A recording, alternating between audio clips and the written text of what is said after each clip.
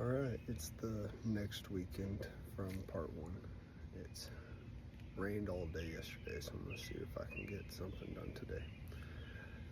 So, did some research and found that the neutral safety switch on the side of the transmission is most likely the problem that I'm losing my ground to the relay, which I've got a new one. OE. I'm going to just go ahead and swap that out and basically just eliminate that. It's 26 years old, so let's get started. Okay, so as you see, I have tools all strung out, I have my mat up under here. Well, while I was looking at the neutral safety switch, I'll show you where it's at. It's up in there. Very, very hard to get to. I decided that I would do a little more research because from what I read, you have to drop the transmission down enough to get to the connectors, and I didn't really feel like doing that. I come back up, I was watching some YouTube videos, and let me shut this key, pull this key out. Alright, so come back up, and one of them was talking about a relay under the dash that you could bypass to see if it is the neutral safety switch or if it's the security system, which, because my battery was dead, every time I went out to go start it, the alarm was going off. So right now I have the relay for the horn, the alarm horn, and the relay for the headlights flashing pulled because it was killing the battery while I was trying to get it started. And I don't have a fob, but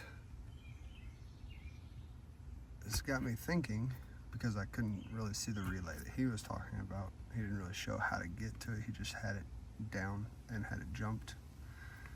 So I come back to the fuse box. I was looking at the fuses, just making sure I had all my control fuses checked. Well, this one, let's see if it'll focus. This AT control fuse. That is the transmission control fuse. It was a 10 amp fuse. As you can see right there, it is blown. So I was like, are you kidding me? If this fuse was the whole problem the whole time, after I'd already checked fuses. Remember, we checked fuses last weekend and we replaced this 15 amp fuse. Well, I've got my fuse buddy. This is a 10 amp fuse saver so that you don't waste fuses. I know some people think that these don't trip when they're supposed to, but in this case I just wanted to see if I put it in, if it would start. So all I did, once I found out it was really difficult to change that neutral safety switch, and I was like, man, that would be really crappy if I put that in and it still wouldn't start. So I put this fuse in, or fuse saver in, and it starts right up. Sometimes you just gotta remember to check all of your fuses. Okay, so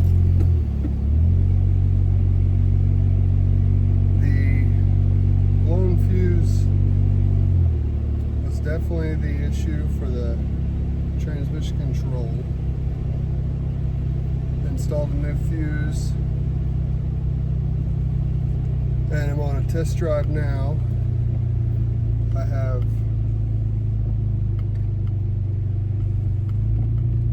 an ant on my ear.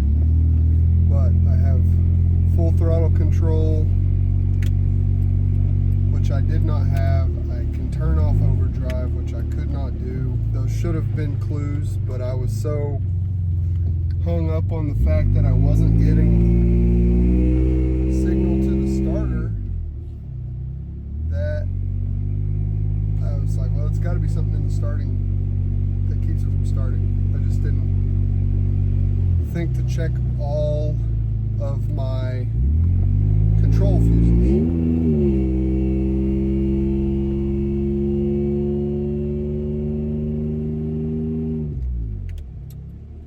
Well,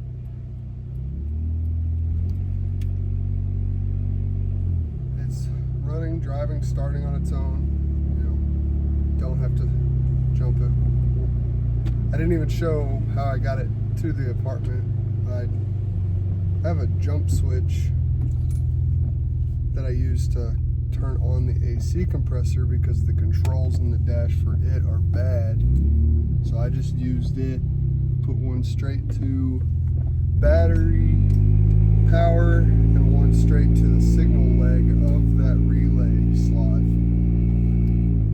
for the starter. And I was able to drive it, but I had throttle response to a point enough to where I could drive it,